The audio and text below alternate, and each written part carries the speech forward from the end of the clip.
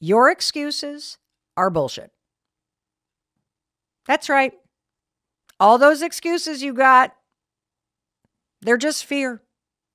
They are just fear.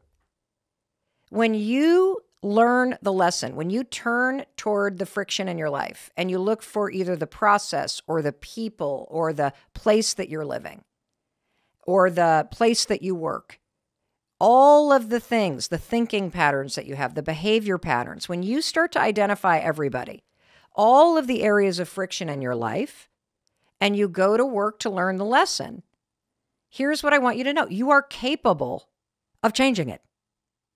You are 100% capable of learning the lesson and making anything in your life better. I know that is true about you. And that means that the only thing that is keeping you from identifying the things that aren't working and doing the work to move your life into alignment with who you're meant to be and the things that truly make you come alive, the only thing that's preventing you from doing that is you and your fears. Whether you're like any excuse that you have is just fear. You're afraid to try. You're afraid to fail. You're afraid you're too late. You're afraid of this. You're afraid of that. Now's not the right time. I don't have this. I don't have that. This person would be upset with me. All of it is fear. Fear of rejection, fear of it not working out, fear of being disappointed, fear of disappointing others. That's what an excuse is. You're just managing fear. And it's all baloney. And I say that because I do the same thing.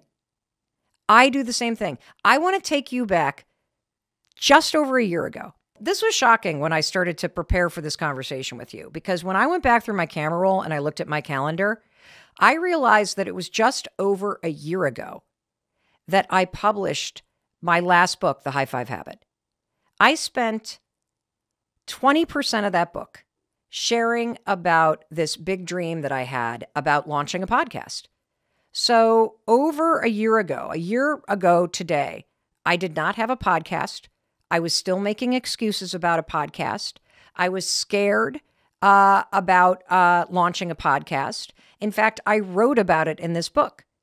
Just over a year ago, as I was promoting this book, I was making videos begging some of the biggest podcast hosts in the world to have me on their podcast to talk about my book, The High Five Habit. So I made videos literally for the biggest, the people that I admire.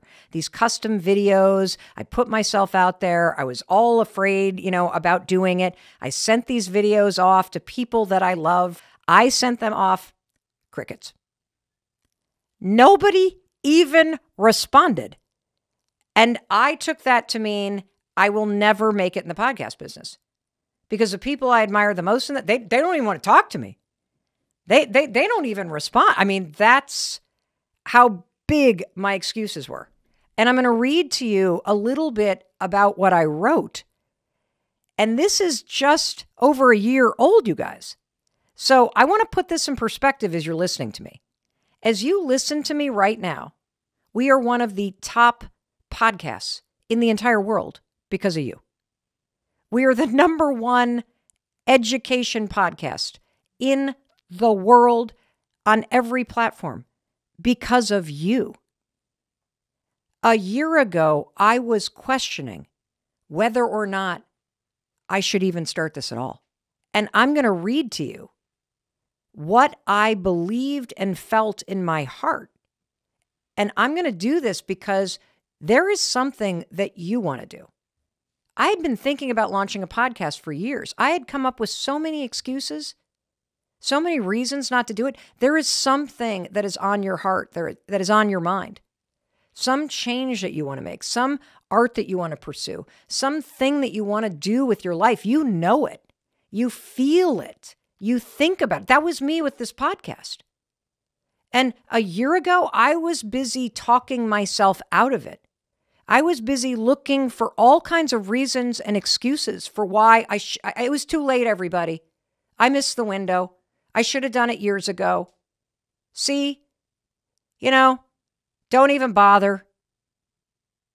When I think about the excuses that I had, they're the same excuses you had. And see, you're seeing me now. You're seeing the success. So you're sitting there going, well, it's easy for Mel Robbins. She already had an audiobook. Are you kidding me? I had the same excuse. I almost didn't do this. What a shame that would have been. And there's something that you're busy convincing yourself not to do. And that's why lesson number 2 is that excuse is bullshit. It's just fear. I had the same thing. Let me read to you from the High Five Habit, because this is what I put out in the world just over a year ago. You're seeing now what happens when you push through that stupid excuse. But I want you to understand, I get this.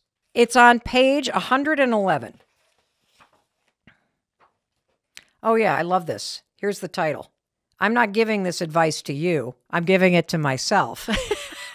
So this is a chapter about jealousy, and it's about excuses and how I used to let self-doubt and jealousy eat me up inside. But here's the thing about jealousy. It's just blocked desire. It's a normal emotion. And the truth is, there's not a day that goes by when I don't feel a pang of jealousy. It happens every time I scroll through social media. And here's an example that I write about in this book. Because remember, when I published the High Five Habit just over a year ago, I didn't have a podcast. I didn't have a plan for launching a podcast. I was just writing about how jealousy was stopping me from pursuing it. It was eating me alive. So let me tell you about that jealousy I was feeling just a year ago. Right now, my career, when I look ahead of me, the people I'm most jealous of are the ones who have already started podcasts. For example, my friend Lewis Howes. He's been hosting the School of Greatness podcast for 7 years. I'm extremely jealous of my friend Lewis. In fact, I got a bunch of friends who have hit podcasts, and I'm jealous of all of them. Too many friends to list. I never really thought about it before, but I'm surrounded by people who are podcast hosts. I'm jealous of them. And then, tell me if you do this too, I beat myself up for not having done it yet. I beat myself up and I come up with excuses all the time. Creating a podcast would be as natural and as fluid for me as drinking a glass of water. Why? Because I do audiobooks. I speak on stages. I don't like to write books because of my dyslexia and my ADHD. But why haven't I done it? If I want to do a podcast so much, why haven't I done it? And now I'm going to ask you the question. If you want to do this thing, whatever it is, travel the world, get healthy, write a book, change your career, go back to school, save your marriage, work on your marriage. If you want to do this, why haven't you done it? I'll tell you why you haven't done it. The same reason why I haven't done it. Because you tell yourself you've missed the window. You tell yourself that it's never going to be you.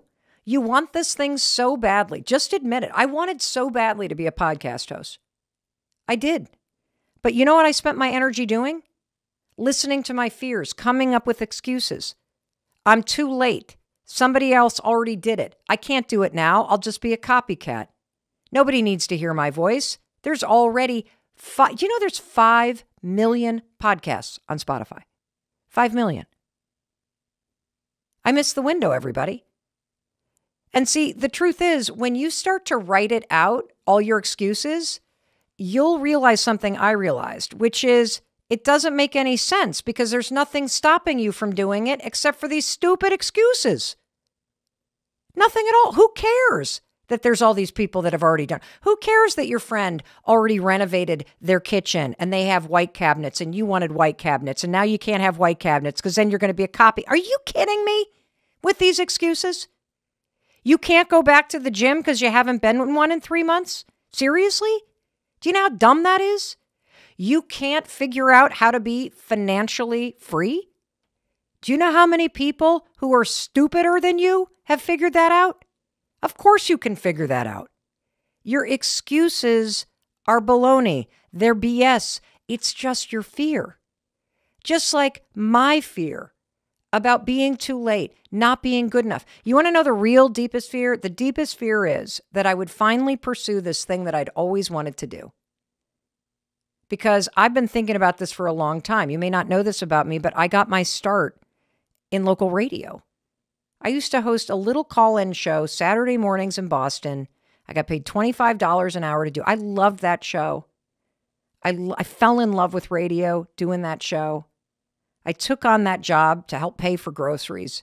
It was a lifeline during a really hard time in my life. I loved it. And ever since then, 2007, I've wanted to get back to radio. And as the podcast market exploded, I wanted to get into podcasting. And you know what I did? I spent years coming up with excuses. Excuses for why I was too late. Excuses for why. And you're doing the same thing. Do you know how many times, everybody, I would say, it's too late. Mel, you missed the window. Everybody and their mother has a podcast. There's no way you're going to be successful. There's too many realtors, everybody. There's already enough nurses. How many of you have said that? Of course you have. There's enough books. Nobody's going to read my baloney. It's too late. I'm too old. Oh, I'm too young. I'm too young. I was talking with our son, Oakley. He loves streaming. Loves it. Loves playing video games and talking to the people that are watching him playing video games. Loves giving advice as loves doing it. And then we moved to a new school, and he was really afraid because when the kids said, "What are you into?" He's like, "Well, I love to stream." And they're like, "What?" Boom. Stop doing it. Was afraid of what people thought. Again, excuses. If I continue doing this, I won't have friends. That's bull cocky, whatever the heck the word is. You know, is that even a word? I don't even know. Who knows? But he hasn't done it for 2 years. And all of a sudden, because he has felt the pull, the last 2 nights, and you know what I think it is? I think it's the fact that he was on an episode of this podcast and there was so much positive feedback about what he shared that something clicked. And he realized his excuses are baloney, just like yours. And for the last 2 nights, you know what he's been doing after he gets his homework done? Streaming, giving kids advice. Is anyone watching right now? Nope, not a soul. But he's going to keep going. It's going to take time. And he kind of matter of fact last night, came down for a glass of water in the kitchen. I said, "What are you doing?" He said, "I'm streaming." I'm like, "Well, right now?" He said, "Yeah." He's like, "Nobody's watching right now." And I'm like, "Oh." And he's like, "Well, Mom, it takes time. You got to show up consistently." That's what I'm going to do. I'm not going to stop this time because I was on a roll last time and I let my excuses and my fear stop me. I haven't done it in 2 years. I've missed this so much and I'm not going to let it stop me again. I love that kid and I love you. And that's why I'm telling you, your excuses, complete bullshit. You're not too late. You're not too early. Today is the right day. And you're not starting over. You're starting with all of the experiences of your life. You're doing this at the exact right time. This is perfect. You're listening to me today because you are meant to not only learn the lesson and start addressing the friction, but to one by one, knock those excuses out of the way. And you know how they do that? Action is the answer. Action is the answer. You can figure anything out. Absolutely anything. You can reverse engineer it. You can stalk people. You can figure out what they did. And one step at a time, one day at a time, you can start to align your life with the things that you truly want to do, things you enjoy doing, with people that you really like. And you can push through your excuses one by one with the actions that you take. That's how I did it. I finally got so sick of feeling miserable, so sick of the friction inside me, so sick of denying myself the frickin' dreams that I have had held in my heart locked away. I was so sick and tired of myself that I'm like, that's it. I'm doing it. I don't care if nobody invites me on their podcast. I don't care if this thing fails. I'm not doing this for other people. I'm doing this for myself. And that's what you need to do. You're not doing this for the success. You're not doing this for the money. You're not doing this to impress somebody else. The changes that you need to make, the alignment that you need to bring your life into, you're doing this for you because you deserve to be happy. You deserve to see your dreams come true. You know how happy Oakley is? Sitting alone in his closet upstairs, streaming on Twitch while nobody is watching him. You know how happy he is? He is so happy because he has stopped feeling that tension and friction of knowing deep in your soul that you are denying yourself an experience that you want.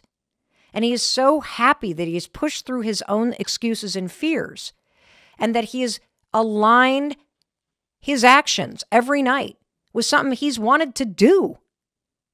He has kept a promise to himself. That is the coolest thing in the world. That's what this is about. Like, who cares if nobody listens to this? Who cares if it fails in the eyes of the charts or whatever? Because that's not why you're doing it in the first place. You're doing it because you want to move yourself from a life that feels hard and friction and full of like resistance that you're putting in your own way. And you want to align your actions with the person you want to become. That's what this is about, everybody. And it took the hardest year of my life to get the easiest damn obvious lesson that there is. Mel, stop making your life hard. Stop putting energy into the crap that's not working. Stop making all this so personal. Everybody screws up. Everybody gets in toxic situations. This is not unique to you. Everybody has people steal crap from them or betray them. This is not you. You're not the only one. Stop tolerating this crap from yourself and just look in the mirror and figure out what you're going to address and get on with it, woman. Like, enough. And I don't recommend that you have the hardest year of your life to learn these lessons. That's why I'm sharing them with you. I don't recommend that you get so broken down by your own bullshit that you have a mental health breakdown. I don't recommend that. I want you to figure out what's not working in your life, what aspects you hate, what brings you friction, make the list, then get rid of your excuses by fixing this stuff. Absolutely everything in your life can be improved by you, period. And the only thing that's stopping you from doing it is your fear. And that fear is going to disappear the second you start taking action. One of the reasons why it's so important for you to get this on paper is because when you get this friction out of your head and out of your body and you give yourself the gift of putting it on paper, and I invite you to do this with somebody. Get a friend and together get a piece of paper out. This is what I did with my friend Pete. He's literally like, we need to remove the friction from your life because you're tolerating too much friction, Mel. Get with a friend because the friend will be a truth teller. And you will be a truth teller for that friend of yours. And draw a line down the center of the page and write shit I hate on the left and write things I love on the right. And for me, the left-hand column was way longer than the right-hand column. And what I'm here to tell you is you don't have to tolerate that much distress, that much friction in your life. You and I, we're just used to friction. That's why we tolerate it. You and I are used to the toxic dynamic in our family. We're used to not going to the gym. We're used to feeling tired. We're used to feeling last on our list. That doesn't mean it has to stay that way. I am telling you, you have within you. If you can write that stuff down, you can figure out how to move yourself, inch yourself from the left-hand column, the shitty column, over to the right-hand column, toward liking and loving aspects of your life. I am in your life because I want you and I to enjoy our lives. It doesn't mean it's always a party, but when you can identify areas of friction, things just feel off. They feel harder than they need to be. It's a struggle. That means there is a person, a process, a place, there is a pattern, there is something there that you got to go to work on. That's it. Getting rid of friction is your job. Identifying it is the first step.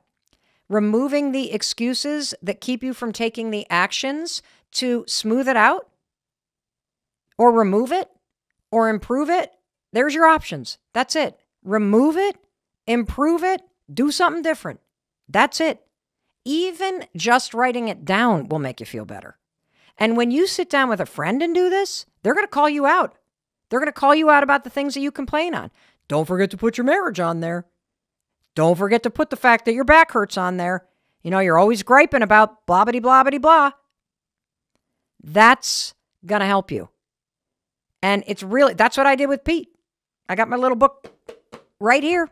Got my list. Boy, when I read my list, I'm like, whoa, there's a lot I was tolerating. And I have gone step by step, one by one. And I have addressed it See, here's the thing. You may not be responsible for creating the friction, but you have a responsibility to remove it. And you deserve that. That does not mean your life is going to be perfect. That means you are going to feel empowered. And this is not one of these one and done exercises, because I now hunt for friction. If something feels off, like just yesterday, we were doing an episode for the podcast, and I was sitting in a director's chair behind a table, and I felt friction in my body. And I'm like, this feels hard. This feels weird. And then I noticed more friction. I don't want to ask the team to break the set down because we just put it up. And then I started to notice the excuses. I don't want people to be upset. I don't want to be a freak. I don't want to constantly change my mind. And then I'm like, you know what? I am committed to living in alignment. I'm committed to making things easier. I'm just done with this.